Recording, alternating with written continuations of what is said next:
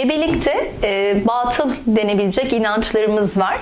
Gebelik zaten pek çok kadının ne olacağını bilmediği, son derece endişeyle karşılanan bir durum haline gelmeye başlamışken bir de zavallı gebelerimize boşuna korkular yükleyecek, boşuna endişeye sevk edecek batıl inançlara sokmamamız lazım. Mesela bir gebenin midesi yanıyorsa kesin bebek saçlıdır. Bebek çok gebeden ben dinlerim. Bütün gebeliğim boyunca midem yandı ama bebeğim kel çıktı. Ya da herkesin midesi yanmıyor ama herkesin bebeğinde saç çıkıyor şeklinde bunun doğru olmadığına dair, zaten tıbbi olarak doğru olmadığını hepimiz bilmekle birlikte doğru olmadığına dair pek çok da yaşamsal öykü vardır. Ama nedense hala bir gebenin midesi yandığında bunu söylemekten vazgeçmeyen bir kitle mevcut. Lütfen bir gebenin midesi yanıyorsa reflü kaynaklarını, idrar yolu enfeksiyonlarını, diyabetik zemini, mide hastalıklarını bir gözden geçirelim. Hemen bebeğin saçı çıkıyor da o yüzden demeyelim. Bebeğin cinsiyetini annenin karın şeklinden tahmin eden ciddi artık gebelik gurularımız da var diyelim.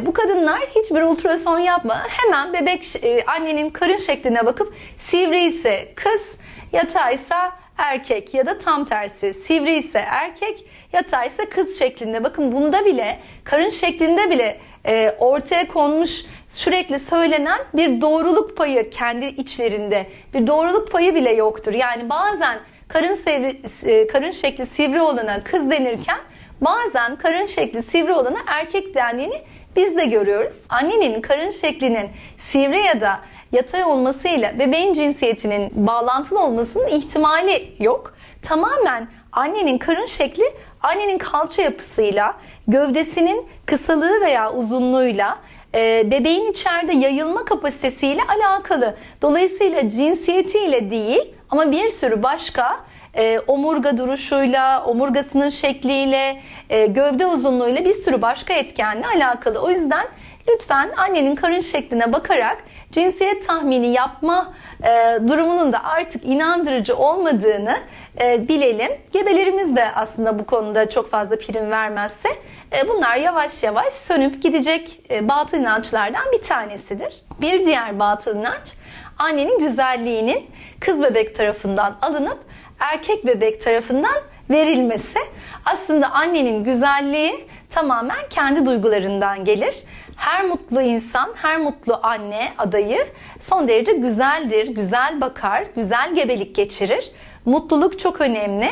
Aşerme dediğimiz şeyde bile bazen mutsuzluk, endişe söz konusudur. O yüzden annenin güzelliğinin, annenin kendine bakımıyla, cildine kullandığı kremlerle, güneş lekeleriyle, annenin beslenmesiyle, annenin vitamin eksikliğiyle, annenin cildinin solukluğunun kansızlığıyla, annenin yara iyileşmesinin bozukluğunun çinko eksikliğiyle, demir eksikliğiyle alakası olduğunu bilelim.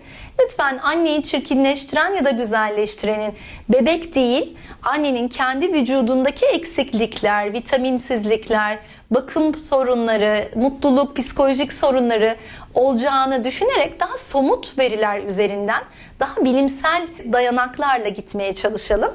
Annenin ne yaptığıyla değil de daha çok nasıl daha iyi olabileceğiyle ilgilenelim. Gebelik maskesinin ya da terle, annenin gebelikte doğum sırasındaki terinin saçıyla böyle sürerek gebelik maskesinin ortadan kalkacağına olan inanışlar vardır.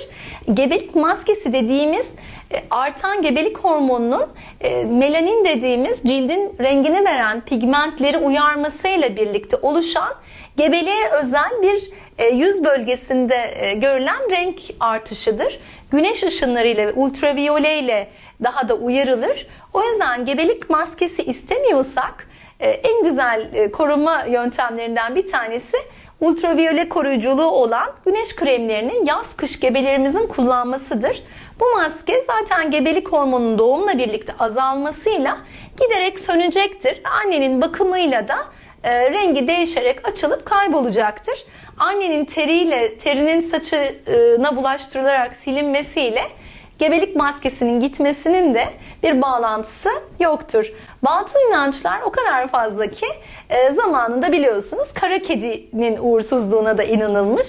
Böyle bir şey olmadığını nasıl biliyorsak gebelikte de saçla, mide bulantısıyla yine cinsiyet bağlantısını görürüz bazen. Çok midesi bulanan annenin kızı olacak diye bir öngörü vardır, yine batıl inançlardan bir tanesi. Gene mide bulantısının cinsiyetle ilgili olmadığını, mide bulantısının aslında bir sonuç olduğunu, mide problemi, idrar yolu enfeksiyonu, yine diyabet zeminiyle alakalı sorunların sonucunda mide bulantısının yaşandığını bilerek cinsiyetle, saçla, işte gebelikte normaldir mide yanmaları diyerek reflüyü normal kabul eden tarzdan uzaklaşmaya, daha bilime yaklaşmaya ve gebelikte oluşacak fizyolojik değişiklikleri tanımlayıp midem yukarıya doğru kalktığı için reflüm olabilir ama olmaması için ne yapabilirim'i çözmeye çalışalım.